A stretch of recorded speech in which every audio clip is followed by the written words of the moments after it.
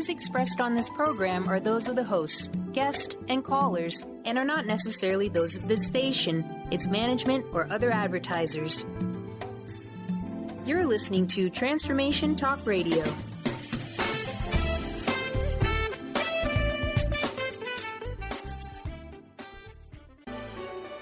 Welcome to Dynamics of Diversity Radio, scripting the new narrative for immigration with leading experts Kripa Upadhyay and Steve Taneja. This hit show will feature thought leaders and visionaries discussing both challenges and opportunities associated with the dynamics of immigration and diversity in today's world.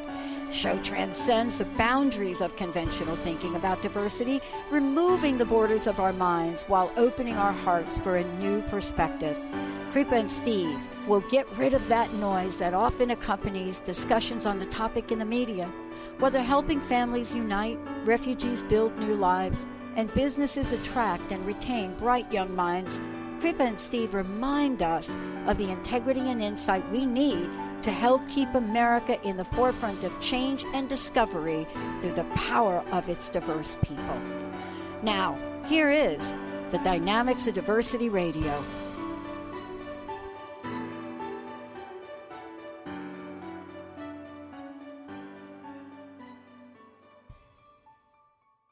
Hey, everybody, welcome. Welcome to the Dr. Pat Show. This is Talk Radio to Thrive By.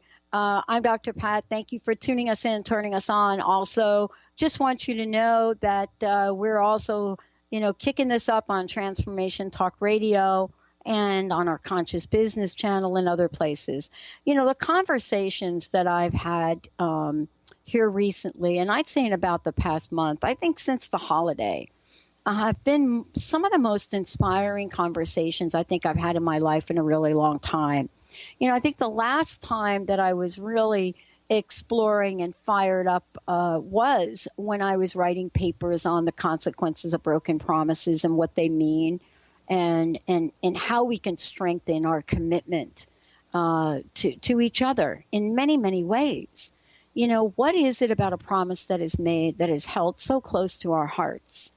Many of you signed on for the promise of growing up in this country, and as part of growing up in this country, there is a psychological contract that gets made, that being here in this country, which we call the United States of America, there are certain things that maybe we don't have to worry about. There are certain dreams that we can have. But what if that was not true for everyone? What if the rules of the game were changing? What if psychological contracts were broken? Today I'm going to be speaking with my very special co-host today about dreams deferred.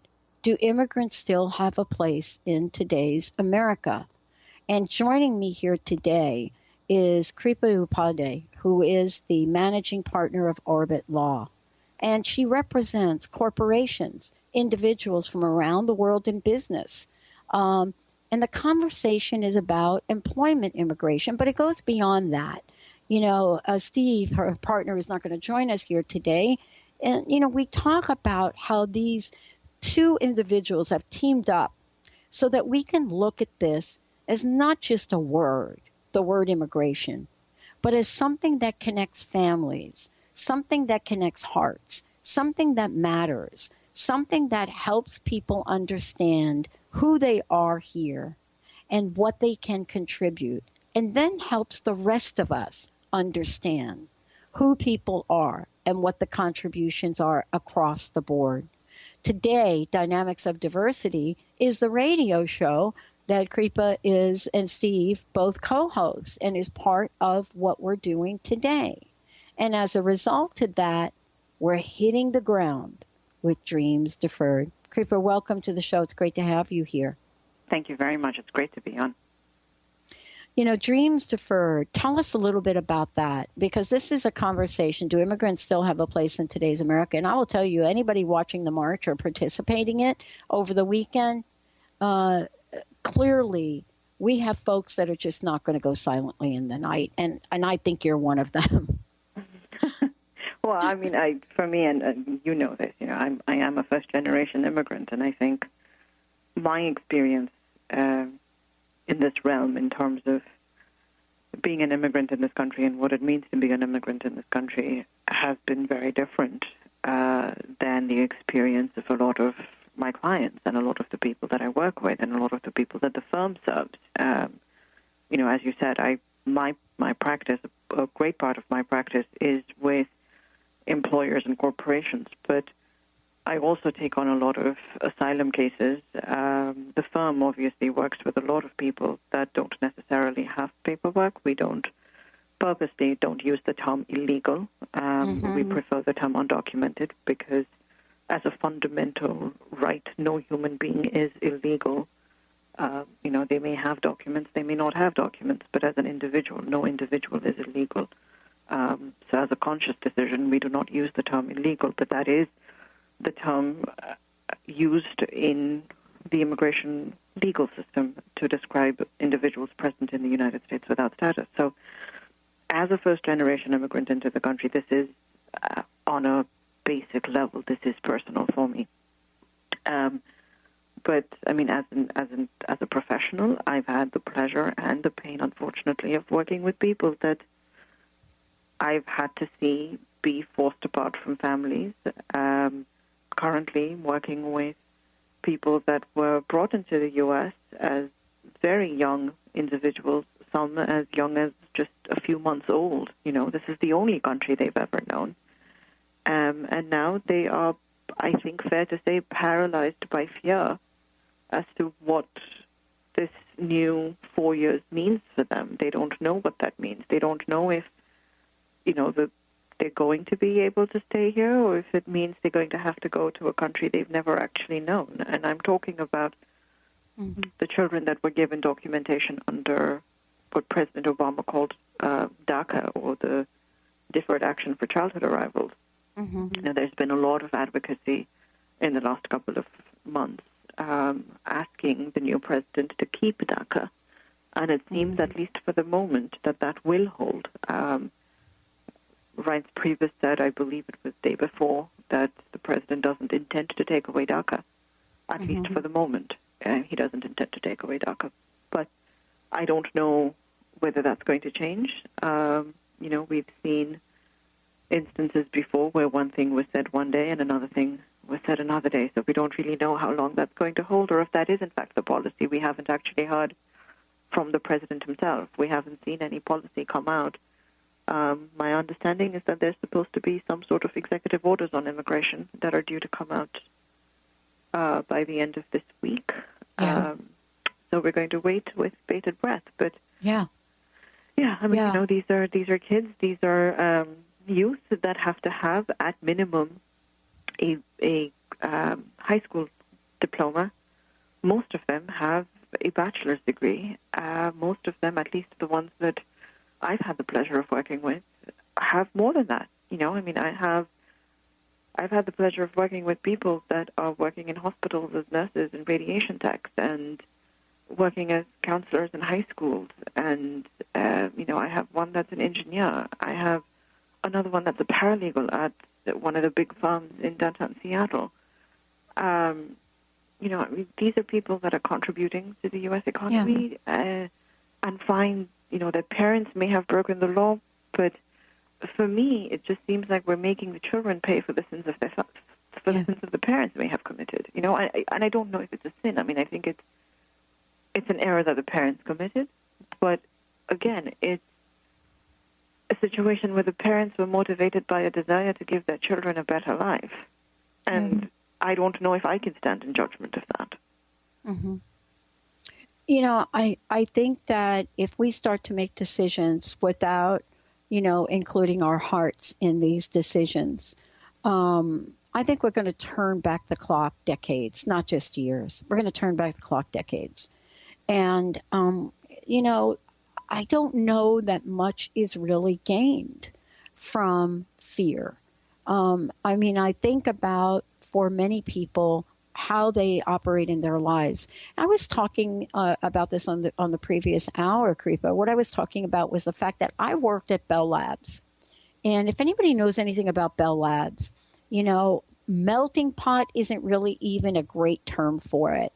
Most of the top scientists in that company, people that never really came out of their offices, never really, patents, thousands of patents each of them had. Many of them not born here.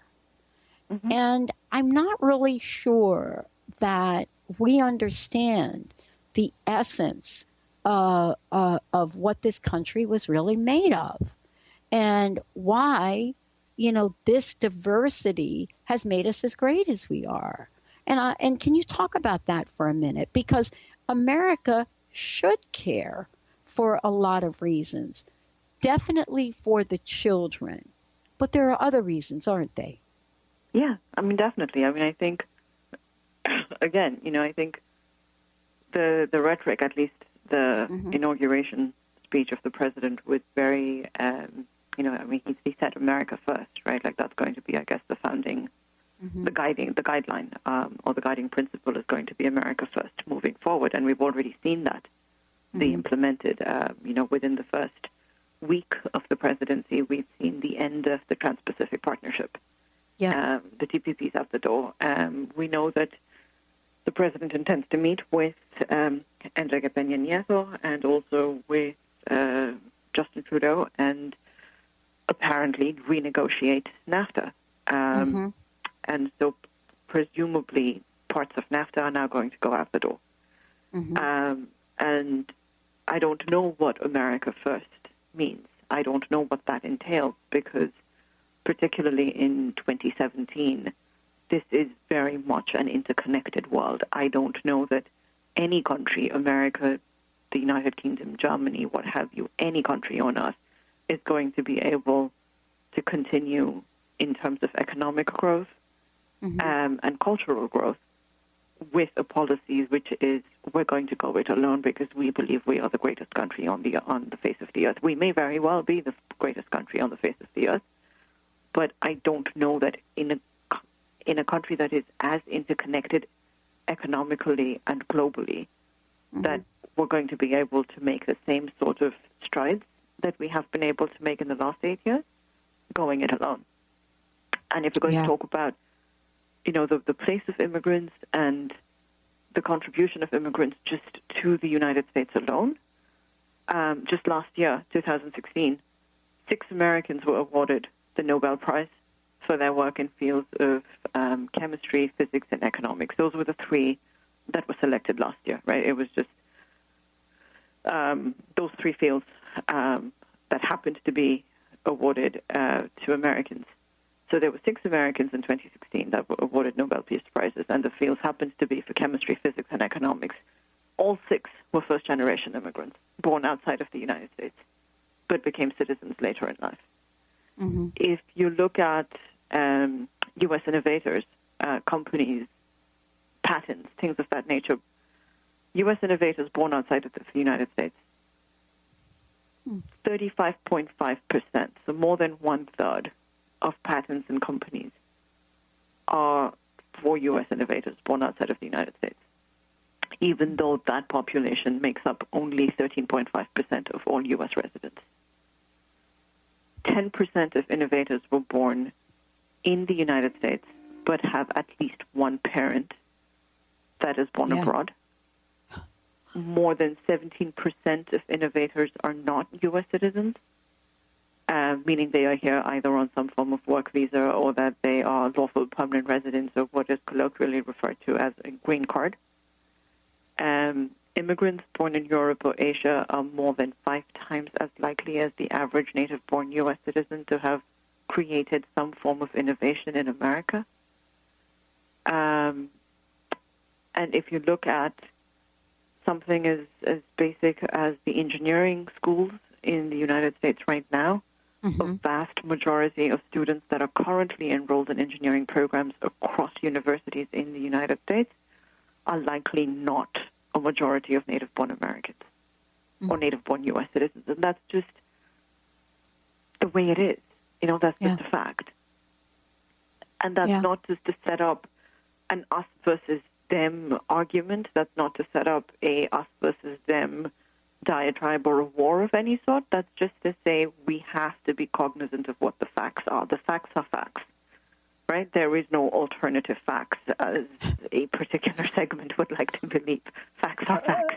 Well, you must have been listening to my last show, because, you and I both know that, as children of parents and as some of the parents listening out there, can you imagine if your child walked up and you asked them, about something that they did, which clearly they shouldn't have done, or maybe they did, and they proceeded to tell you, well, it's not really an untruth, but I have alternative facts here.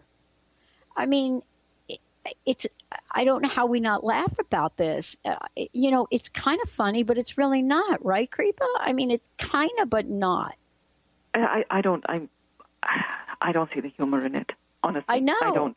I'm just beset by fear. I mean, to see that language of that nature, alternative facts, is coming out of the highest office in the land, just gives me a sense of complete trepidation.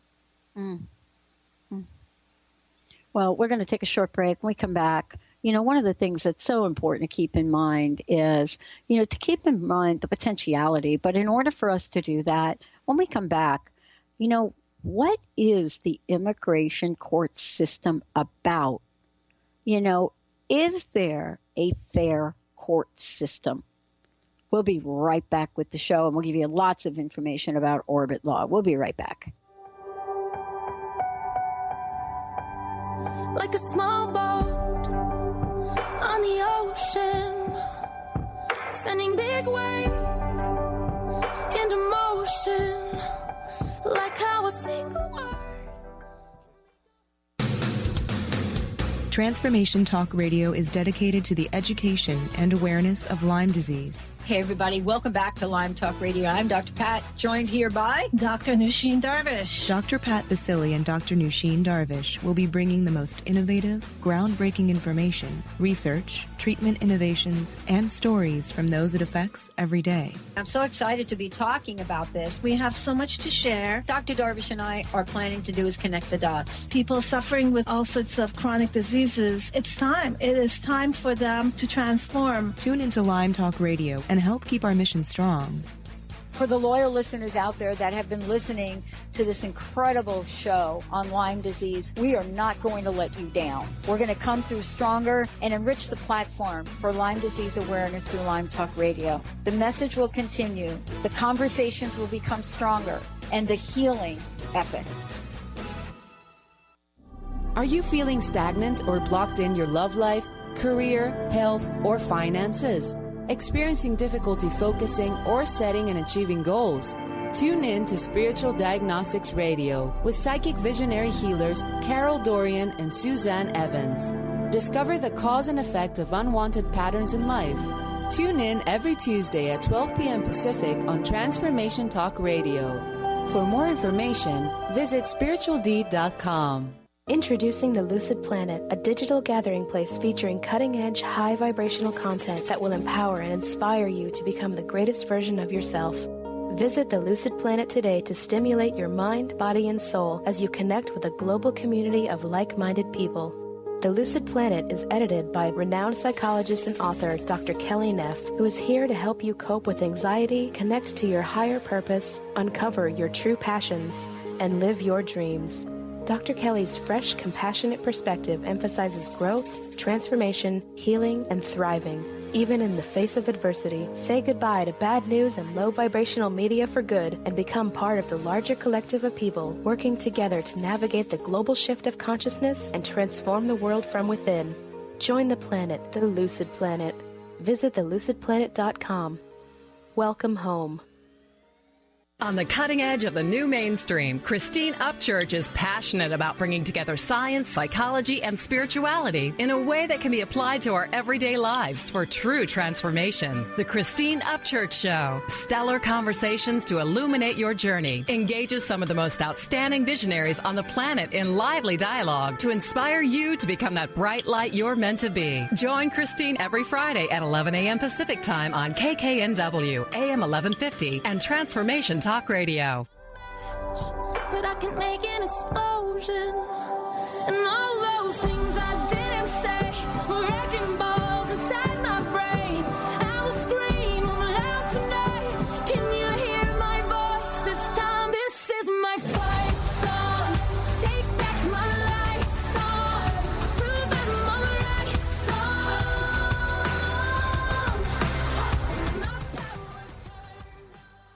Hey, everybody, welcome back. It's so great to have all of you tune us in, turn us on.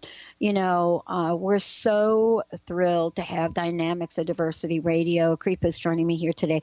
Kripa, before we talk about the court system, can you let folks know how they can find out more about Orbit Law, your phone number, email, website, and anything else you'd like to share with folks? Yes, of course. So our website is www.orbitlawpllc.com. We are also on Twitter at orbitlawpllc. You can obviously call us at the office. The number is 206-623-3352. Awesome. Thank you. One of the things that I think, at least one thing that we are not even close to mindfully aware of is the court system and understanding the immigration court system and how when people hear court system, they think we're all one big court system, right? Mm-hmm. But that's not the reality here when we're talking about the justice system for immigration. I'd love for you to take us on a walkthrough of what is that like? This is the world you live in. What is that like? It's completely the opposite of everything that I think the public is, what the public thinks of when they think court, right? So when the public thinks court, they think of a judge and they think of a jury. And, first of all, there is no jury in immigration court. There is also nothing called rules of evidence. It is a system that, if you ask any immigration court practitioner, not just me, it is a system that is entirely skewed against the immigrant. The way that the immigration court system functions is it's called the Executive Office for Immigration Review, or EOIR. It is a part of the U.S. Department of Justice. So the president appoints the Secretary of the Department of Justice. He then appoints immigration court judges. So the judges are not independently elected. They are appointed by the Department of Justice. So they are effectively employees of the DOJ. The government attorneys are referred to as immigration, what we call ICE Counsel, Immigration and Customs Enforcement, so ICE. The government attorneys are referred to as ICE Counsel. ICE Counsel are also employees of the Department of Justice. You see where I'm going with this? Yeah. So you have a judge that is basically an employee of the Department of Justice. Yep. The Attorney General that is an employee of the Department of Justice. ICE Counsel that are basically employees of the Department of Justice. So so far, historically, the judges and ICE Counsel have been allowed to function relatively independently. The judges, at least, have been allowed to function relatively independently. We're not sure whether that's going to continue to be the case. During John Ashcroft's time, there was interference with the ability of federal prosecutors to do their jobs. I know you're aware of this. That's when we had several of the prosecutors that were thrown out of their jobs effectively from the U.S. Attorney's office across the country. So we might go back to seeing something like that. The immigration court system is also very different on one other crucial point, which is that respondents, which are basically people that have hearings in front of the immigration court, are referred to as respondents. They are not provided attorneys at government expense, so they have to have their own attorneys. Consequently, what that means is if you don't speak English, which 95% of them possibly don't speak fluently, doesn't matter. You represent yourself. We also routinely put children in proceedings, and that could be children as young as 3 years old. And if you don't have an attorney, well, you represent yourself. So if you are a child that is 3 or 4 or 5, you get to explain to a judge why you are afraid to go back to your country and why you feel that a gang is going to recruit you and what the basis of that recruitment is, and why you don't think that the government of Mexico is going to be able to protect you, or why the government of El Salvador is going to protect you, and you get to try and be coherent about corruption in the governments of El Salvador and Mexico at the age of 5. Yeah. So that's what happens in immigration court. Yeah. But, that's why attorneys are of vital importance. The ACLU and the Northwest Immigrant Rights Project have filed class action lawsuits to try to have at least attorneys appointed for children, for juvenile defendants, but that has not gone very well at all. So that's a battle that continues to be fought. There are attorneys that take on cases, obviously pro bono, but the need is far greater than, there's still so many more cases than there are attorneys that are able to take on these cases. There's also the other issue, that goes hand in hand with the court system, which is the prison industrial complex. Because detainees, immigrant detainees or immigrants that are arrested at the border are placed at detention facilities that are run by a company called GEO, which is a privately run prison complexes across the United States. And they run complexes for families as well as for individual detainees. Now, the other thing that I don't know if the American public or the public at large is aware is that there's actually a congressional mandate which says that immigration detention centers must have a certain number of beds that are occupied per day. So there's a mandate for how many people must be held in detention at the end of every day. Otherwise, they're effectively in violation of their contract with, presumably, the government, because that's who their contracts are with. Yeah. What I love about what we're talking about today is what has happened and what is happening now in literally just one day. We're talking one day, right? Now we're on day 2. What's happened in such a short period of time is there's such a change of power. There's such a change of authority. There's no real challenge or conversation about these folks. It reminds me of a time where my uncle used the term rubber stamping. And, what you and I are talking about today is going to require a universal uproar.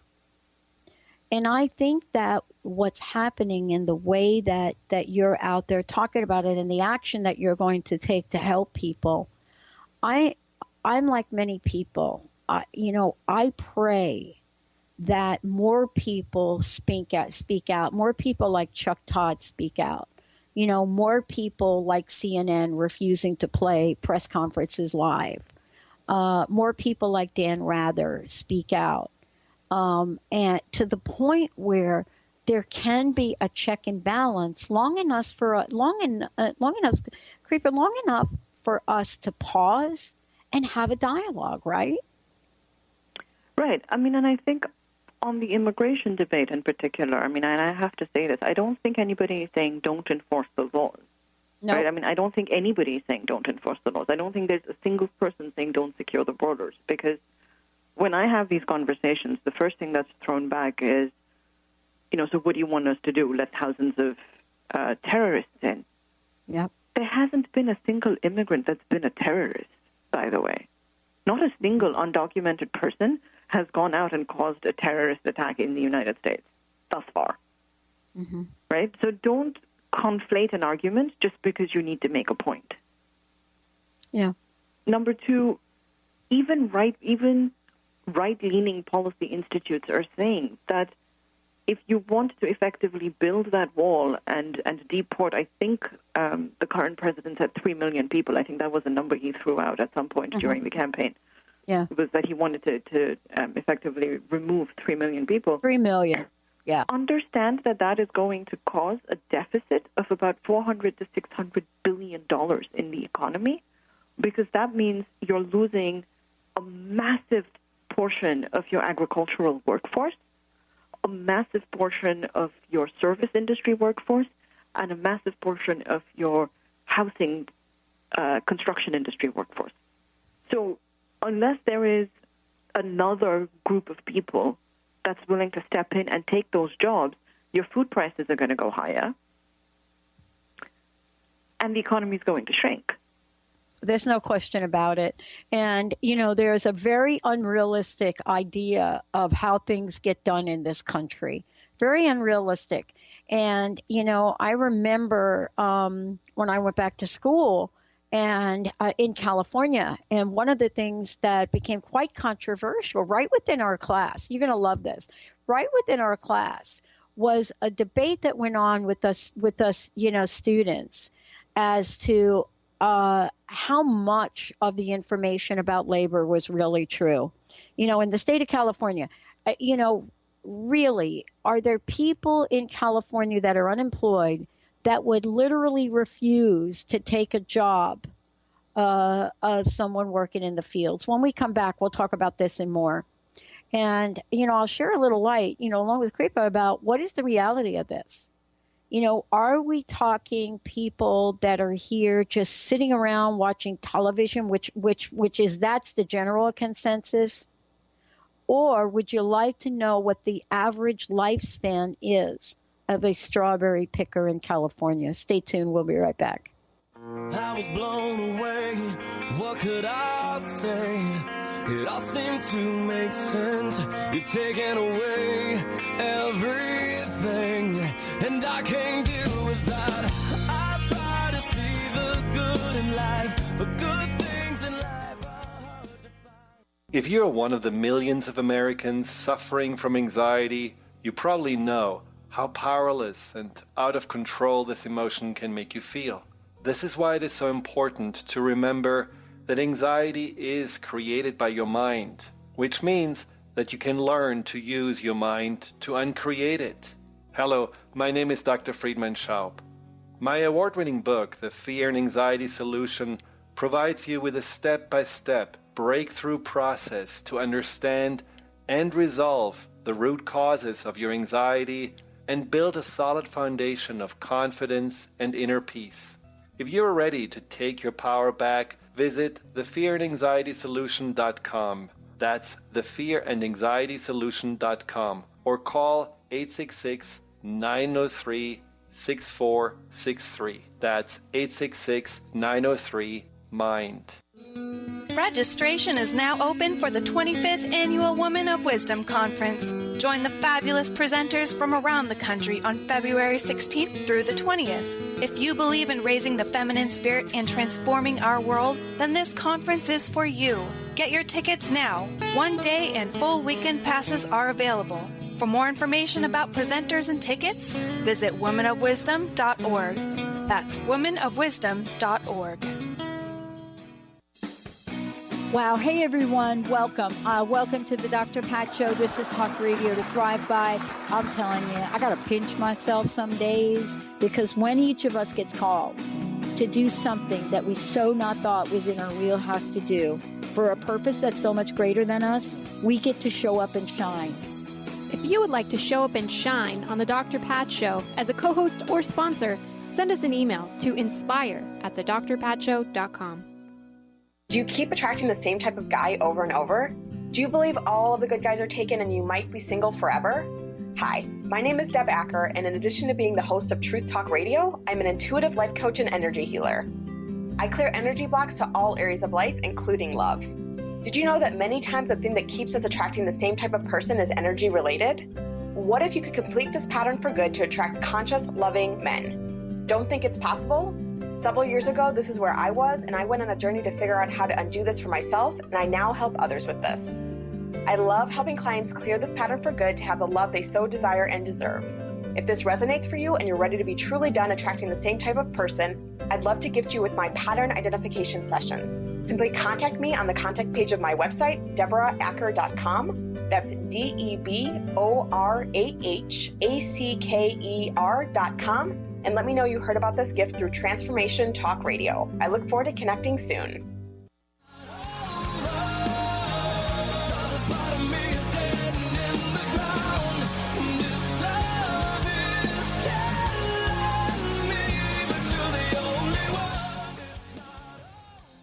Wow. Hey, everybody. Welcome back. You know, what we're talking about here today is so important. Welcome to Dynamics of Diversity Radio. Dreams deferred. Do immigrants still have a place in today's America? And before we kind of jump ahead, I'd love for you to share a little bit about Orbit Law, about you, Kripa, about Steve and the work that you do. Again, please let them know how they can find out more about you. Yeah, sure. So the firm focuses exclusively on immigration law right now. So we have two halves of the practice. One half works with families and individuals that are in removal proceedings. So we work on unifying families, and we help with a whole host of family-based applications, whether it's for people seeking to bring in fiancés or seeking to bring in parents or spouses from other countries. And then we also work with people that are currently in proceedings that are potentially looking to be removed from the United States. And then we also work with people seeking humanitarian relief like asylum for those that may be in the U.S. but are afraid to go back to their home countries.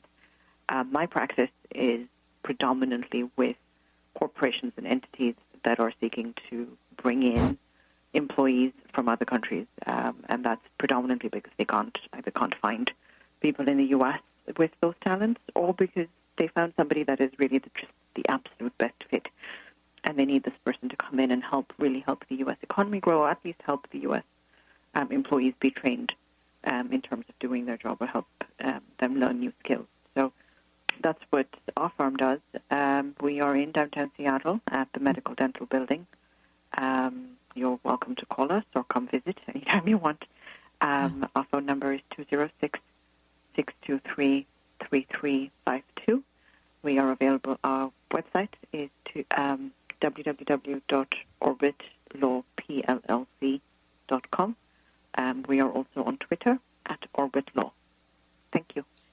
Thank you. Kripa, one of the things I was mentioning before, and I want to get back to it now, is that, we really underestimate the contribution that immigrants have today in America and have had in the past.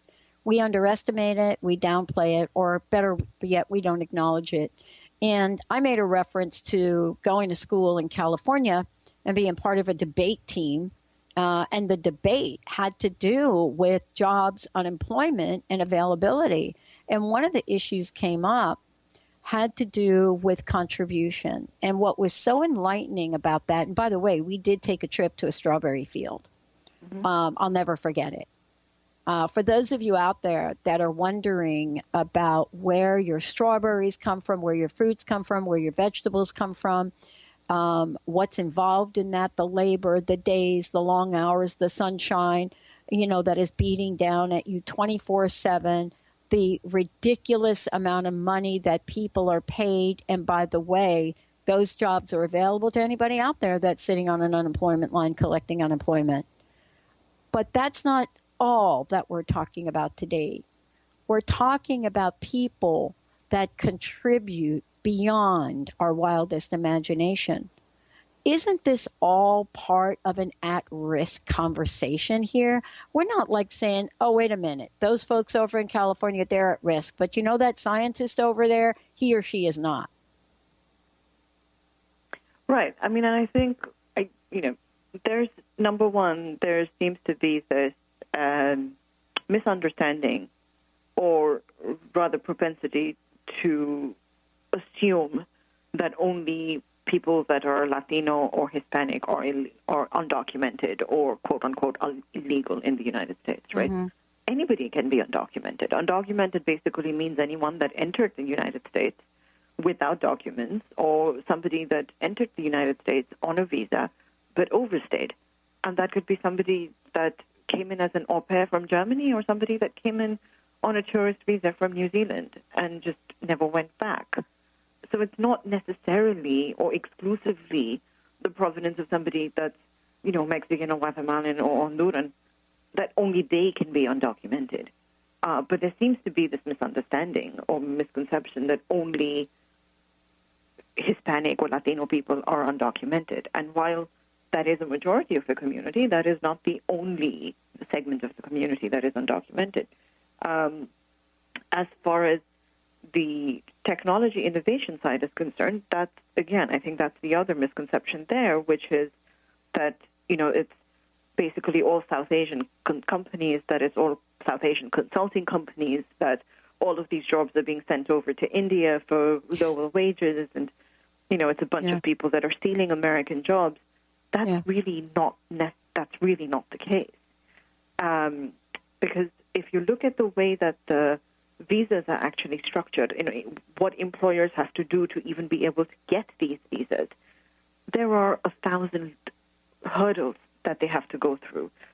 For example, the H-1B, the much pilloried and much abused H-1B, which is the one that most employers are able to bring in foreign workers on. You apply for that in April, right? And April 1 is when that window opens. Last year, there were about 65,000 visas available, and this is for the entire year, mind you. 65,000 visas available for the year. And immigration offices received about 300,000 applications in the first week, just in the first week alone, right? So employers have to apply for this in April, but the employee doesn't get to start work until the 1st of October. That's a really long time for employers to have to wait without an employee to be able to do that work. So clearly, if they could find somebody with that talent and that skill that was able to do that job the way that they needed it to be done in the U.S., they wouldn't make that extra $5,000, $7,000, $8,000 investment on a 50% chance that they may or may not get it. Mm-hmm. So I think it's a misunderstanding. Have there been companies that have taken the easy way out and abused it? Yes, absolutely. But I don't know that I don't think that it's wise to basically criticize an entire system and to throw everything out, because so far 2 companies have been caught basically doing it illegally and effectively shipping jobs abroad, which is not the intention behind the visa. Right. We have really globalized an idea to the point of a false representation. This is really what happens. We grab onto a soundbite, and the soundbite becomes a reality. Then we globalize it. Then we make it a big thing. But you and I both know that in this country, right, immigrants comprise a real vital component of U.S. innovation. We're not talking small numbers here. We're talking I think it's almost 36% were born outside the United States.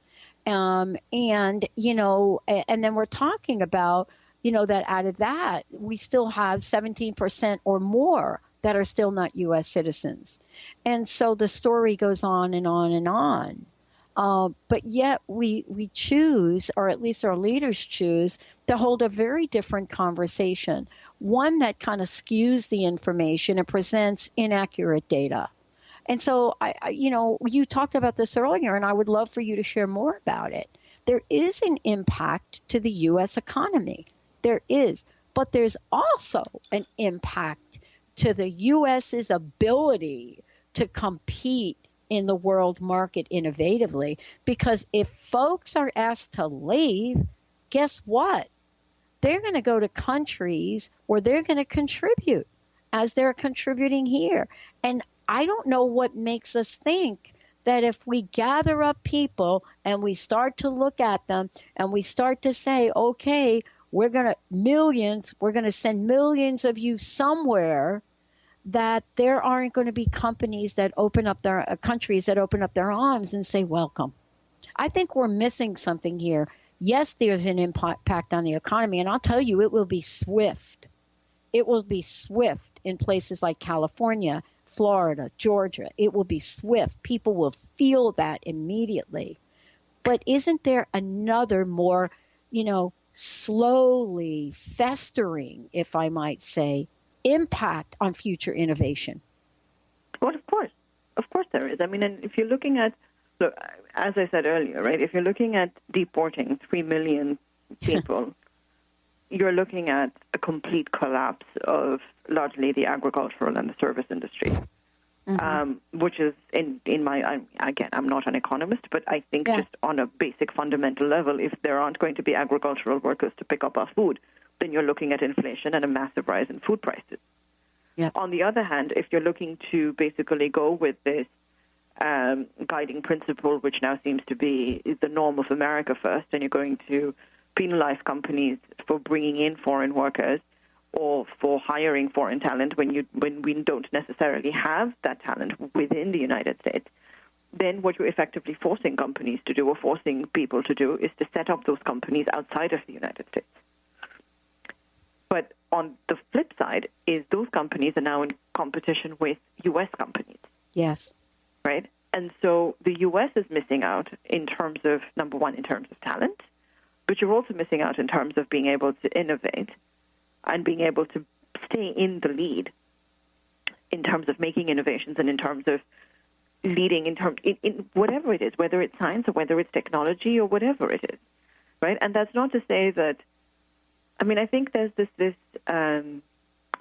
notion that, well, they don't have necessarily, other countries don't have the infrastructure that matches up with the U.S. And I think that's a very myopic view of the world. Yeah.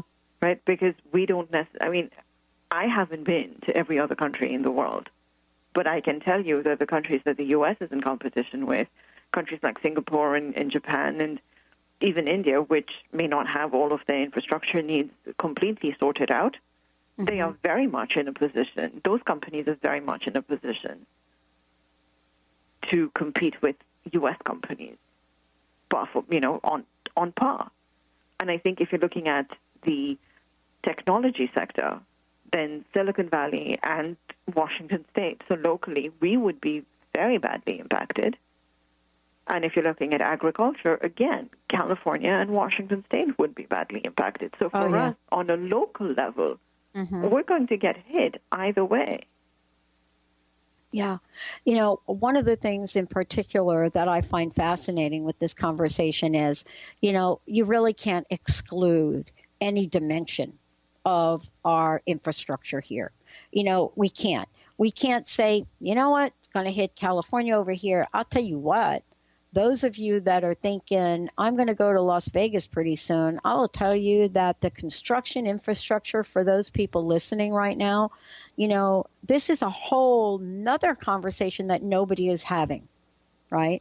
When we think about construction and we think about construction infrastructure and we think about the jobs that are done in construction and the talent and the skill that people bring to that, we're not really talking about, let's just say, a cluster of people.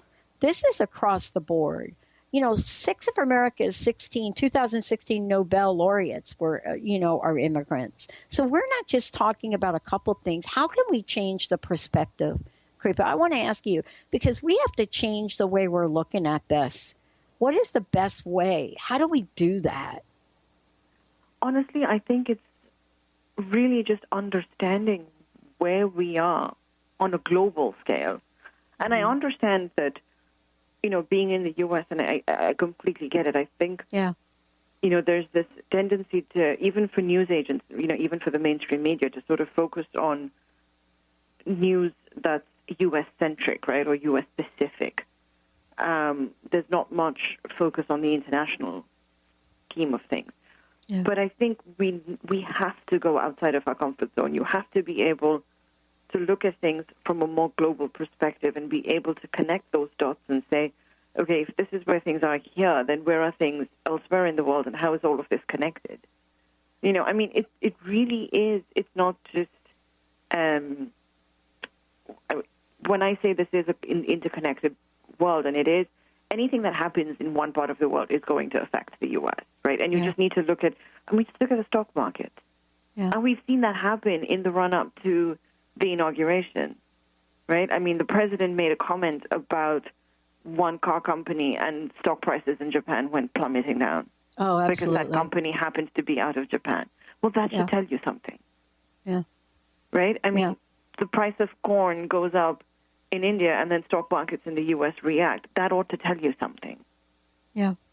I mean, because it is all interconnected. And so I think other than basically understanding that, fine, for the powers that be, the new guiding principle may be America first. Mm-hmm. There's a reason why I assume that there is a reason why they've chosen that to be the guiding principle. But vilification of the other is never really going to serve that purpose. Right. And I think just having this myopic view of America first and vilification of anything and everything that doesn't serve that soundbite, if you will, is really only going to hurt the U.S. I mean, economy, cultural health, ability to grow as a nation moving forward. It's only going to set us back several years. Yeah, yeah. The impact is not going to be one that some people say, the impact will be marginal because it'll be almost like trickle down. And what I say to those folks, I don't think you're up on current events.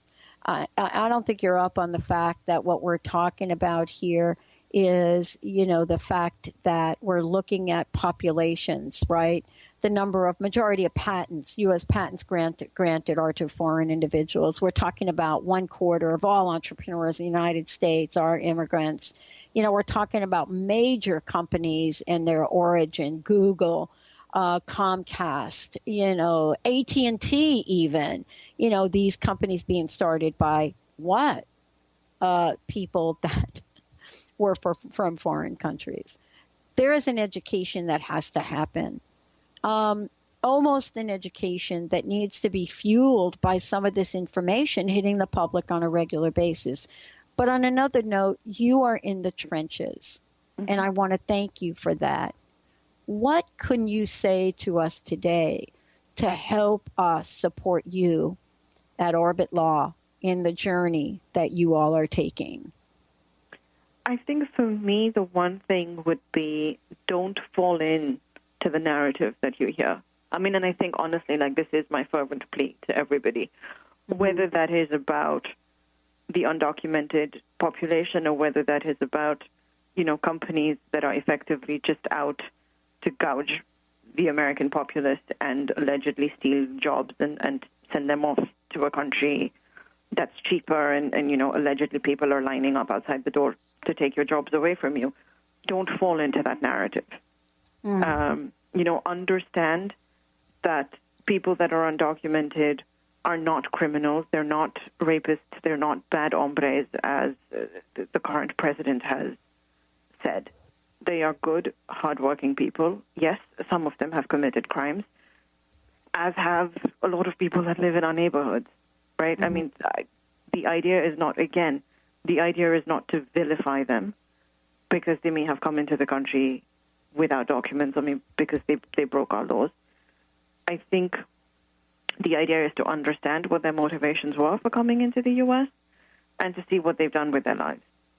And there needs to be an understanding of what it means to effectively force people to be separated from children that are U.S. citizens, that are going to be impacted in major ways psychologically and otherwise, and what it means for us as a society moving forward. As far as the debate regarding undocumented individuals is concerned, I think there's a lot of vitriol, there's a lot of anger, there's a lot of rush to judgment, and I would ask that people just take a couple steps back, take time to understand what that means on an individual level, on a fundamental, basic level, and then make your decisions. And as for, the companies, just because you hear, H-1B being thrown out as a buzzword, don't automatically assume that a company that brings in foreign workers is out to get you or out to replace you or out to ship your job abroad to somebody else. It might just genuinely mean that they actually need a foreign worker because they haven't been able to find talent in the U.S. But more than that, it may actually mean that they need this person to come in and train the U.S. workers to get up to the talent that these people have, right? That could also be a silver lining. So my whole thing is just the vilification needs to stop. And I just hope that people are willing to listen and actually pay attention to the other side of the debate and not just jump to whatever version of facts one side wants to put out. You've been listening to Dynamics of Diversity Radio, scripting the new narrative for immigration with leading experts Kripa Upadhyaya and Steve Tanicho on TransformationTalkRadio.com. Tune in next time for a new perspective on the dynamics of immigration and diversity, ever reminding us that together we are all at the core of innovation, excellence, and positive change. Please visit OrbitLawPLLC.com. That's OrbitLawPLLC.com to find out more about how Kripa and Steve are scripting the new narrative for immigration worldwide. The preceding audio was via a Skype call.